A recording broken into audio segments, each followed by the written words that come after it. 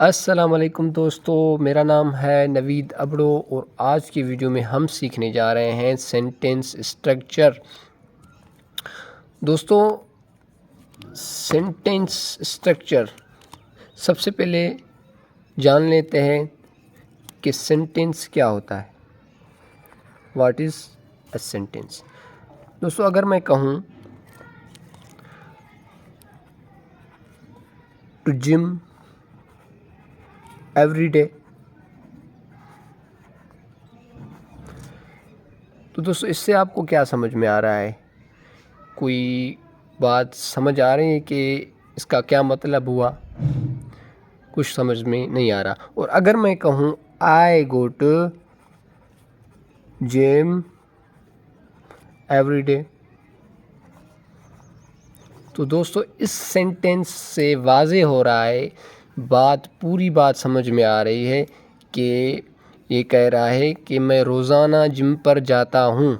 तो दोस्तों ऐसा सेंटेंस जिससे हमें मुकम्मल माना समझ में आ जाए, a group of words that gives a complete meaning is called a sentence.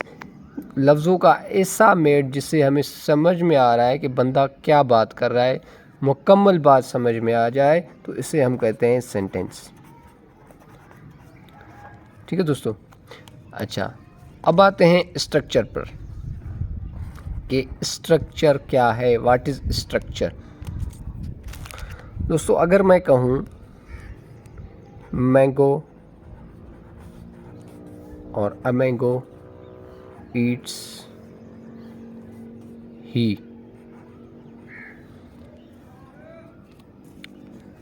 तो दोस्तों इससे आपको समझ में आ रहा है कि कौन क्या कर रहा है। मैंगो ही को खा रहा है कि ही मैंगो को खा रहा है।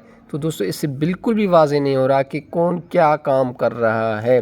तो अगर मैं कहूँ ही ईट्स अ मैंगो, तो दोस्तों इससे आपको वाज़ेह हो रहा है कि ये मैंगो खा रहा है, ही ईट्स अ मैंगो। तो दोस्तों इससे अब इस सेंटेंस में क्या था कि इसका स्ट्रक्चर सही नहीं था। क्या था कि ऑब्जेक्ट यहाँ पर था, वर्ब वहाँ पर था और सब्जेक्ट आखिर में था।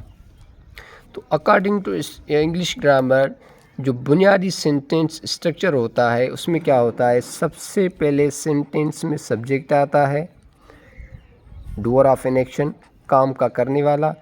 उसके बाद वर्ब आता है, एनी एक्शन जो काम हो रहा है, और उसके बाद ऑब्जेक्ट आता है जिस चीज़ पर काम हो रहा है।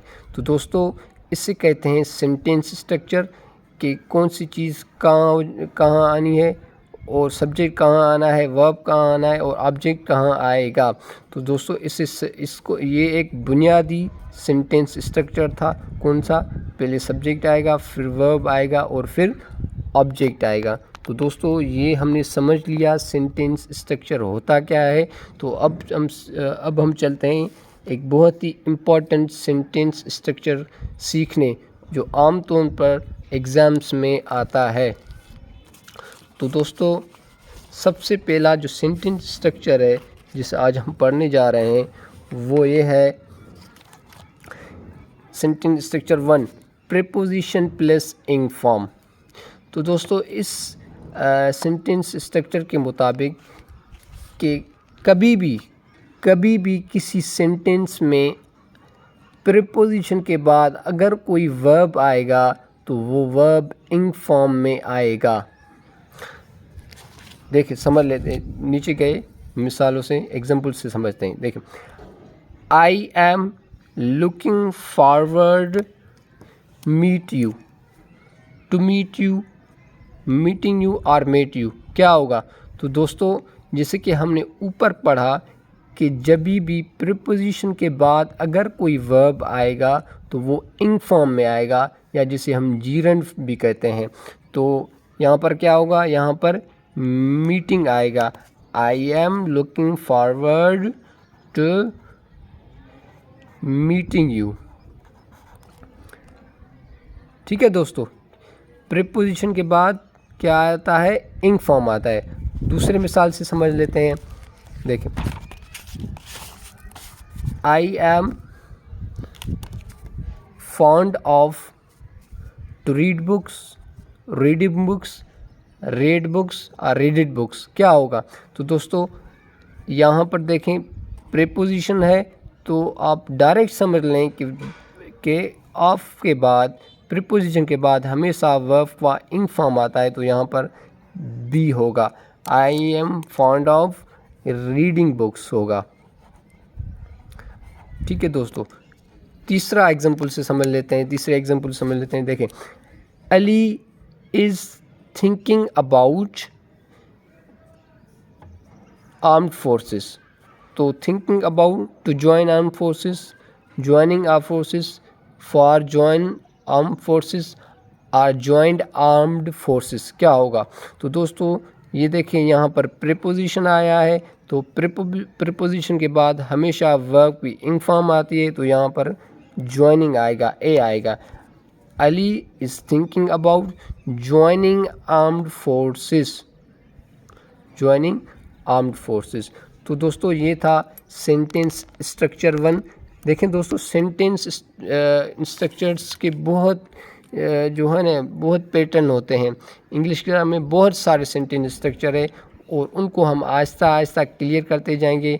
एक वीडियो में कभी एक सेंटेंस स्ट्रक्चर पढ़ेंगे, कभी 2 पढ़ेंगे, तो इंशाल्लाह ऐसे करते करते हम स्टेप बाय स्टेप सारे सेंटेंस स्ट्रक्चर क्लियर कर देंगे। तो आज के वीडियो के लिए इतना था काफ़ी। तो अब मिलेंगे अगले वीडियो में किसी और इंटरेस्टिंग टॉपिक के साथ। तब तक के लिए मुझे दिए इजाज़त। अल्लाह हाफ़िज़।